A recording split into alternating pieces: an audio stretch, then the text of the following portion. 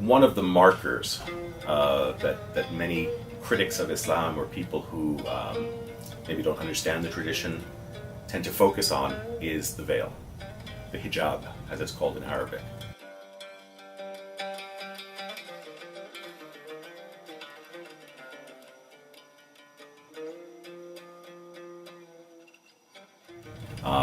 Traditionally, a head covering, a scarf, sometimes some even more concealing clothing like the burqa that we see in Afghanistan, for example. So anything ranging from a headscarf to a complete garment that covers the entire body. Now, that's based on, there's nothing in the Quran specifically that says that women have to wear such garments. What the Quran says in one particular verse in Surah An-Nisa, or the chapter on women, it's called the chapter of women, it says that that women in the community should cover their bosoms, cover their, well, it means, literally it says that they should draw their veils over themselves. What that already means is that people were wearing veils even before Islam in Arabian society, and that probably had to do with the environment. Because men also would wear coverings because they were in a desert environment. You never knew when a sudden sandstorm was going to erupt. And so the cover was, first of all, protective. And then it came to be symbolic also as a representation of modesty. Because that's what the Quran actually encourages. Okay, so my name is Esma Arslan. I am from Turkey. I'm 100% Turkish. I'm a Turkish citizen and a US citizen. I was born in Pennsylvania, and I've lived in Pennsylvania, Illinois, California, and I've been living in Hawaii for the last 11 years. So my father is a faculty member at UH, and I went to elementary school and high school here. I started wearing the headscarf in 7th grade. So I got my period between 6th and 7th grade, and so that's the sign of adulthood in our religion, and so that's when a woman is supposed to start wearing her headscarf. I was 12, not really a woman, you know, but still. I was in Turkey actually at the time, so I was like, oh, this is so easy, everyone wears a headscarf here, and so I decided to start wearing it, and then I came back home here, and I was like, oh my god, what was I thinking? The topic of women in Islam is a delicate one. It's a complicated matter because there are so many different perspectives on this question, and you know, what people practice is sometimes very different from what the sources of a religion may teach. You know, the religious texts and the original sources. So I wanted to just clarify that first. In Islam, spiritually, according to the Quran, men and women are equal. So men and women have equal opportunities to succeed in terms of their spiritual goals of developing a relationship with God, reaching heaven as an ultimate reward. But the Quran also stipulates that there are social differences, social roles that are determined by gender as well. So typically, men have more public roles and women have more private roles or domestic roles. That is traditional, and of course we have to understand the historical context in which Islam developed. So it's not an exaggeration to say that before Islam, in pre-Islamic Arabian culture, women were treated as not just second-class citizens, but property of men. And so the Quranic teachings about women and the rules that the Prophet Muhammad brought were actually very liberating to women in that historical and social, cultural context of the time. You know that Muslims have elected 7 women as their heads of states in those Muslim majority countries. How many women do we have as head of states in the United States? Reza, be honest, though, for the most part, it is not a free and open society for women in those states.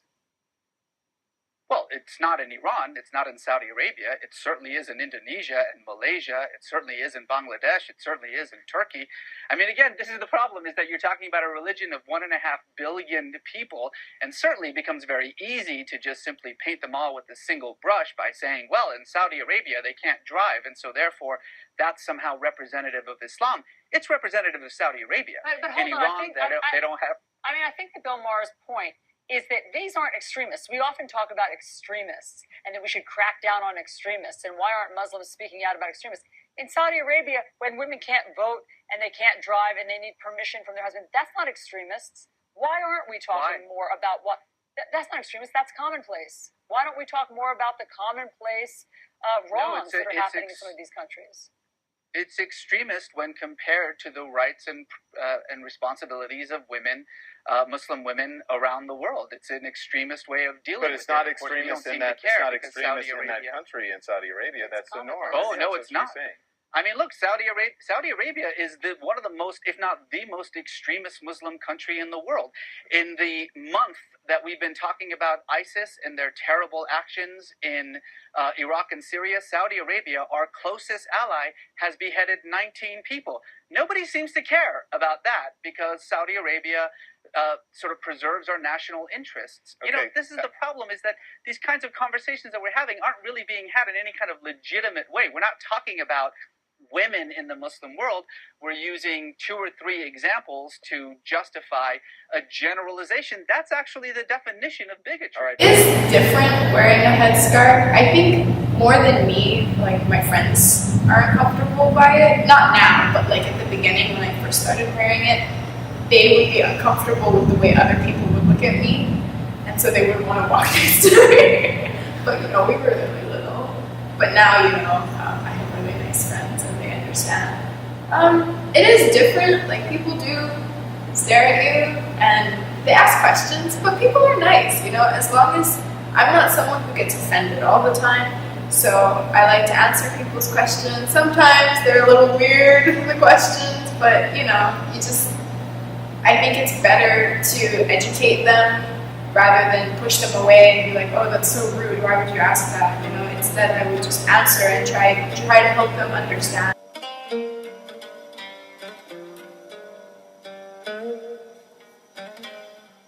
So I was not forced to start wearing a headscarf. My dad didn't even know that I had started wearing a headscarf because I was in Turkey with my mom and he was still here.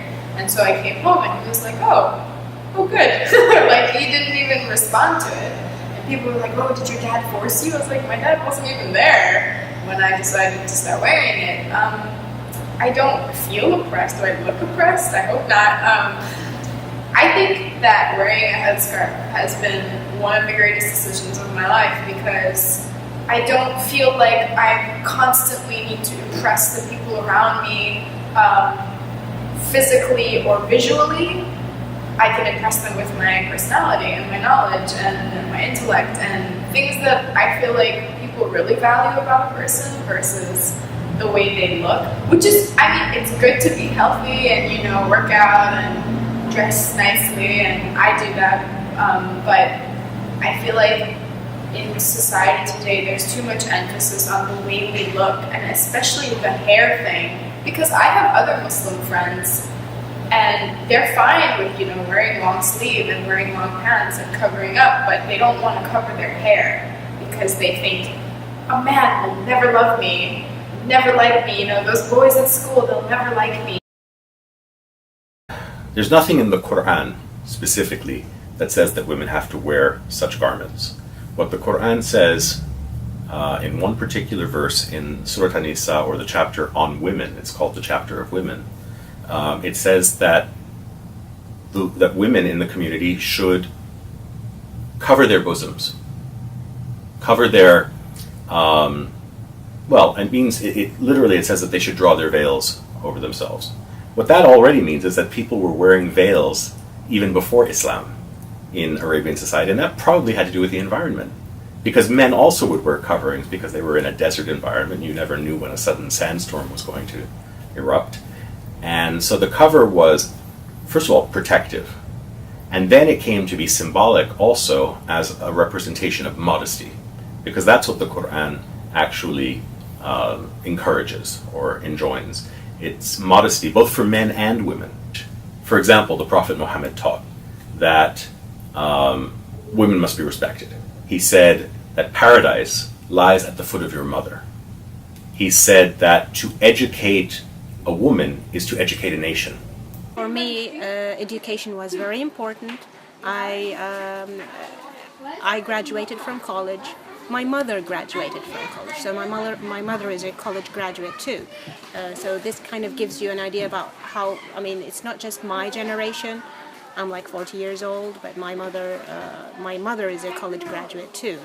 So, but I cannot deny that in other communities, even in Jordan, if I go, for example, to a rural area in Jordan, or if I go to another country that doesn't enjoy the same focus on education, the situation won't be similar. So this is why I don't like that we get, like you mentioned, we know things about education for women in a specific part of the world for Muslim women, and we generalize it, which. Even for older women, I mean, I have friends that are in their 20s and they're like, no, people are going to judge me, guys won't look at me the same, and all these things. And it's true, they won't look at you the same, but I feel like they'll look at you better, not worse, not in a worse way. If anything, they'll approach you with more respect. I feel like it's kind of like a security blanket. Like, I don't get hit on by weird people when I drive by. But it happens to my friends all the time. And not that it should, I mean, in no way the way they dress means that other people have the right to do that, but it just happens, it's just the way it is. And people say horrible things to me sometimes, and it's out of ignorance though, so you can't be offended and you can't get mad and yell at them, because if they don't know better, then it's your job to teach them. If you know better, then you should teach them, because then it's just like fighting all the time. I don't like that.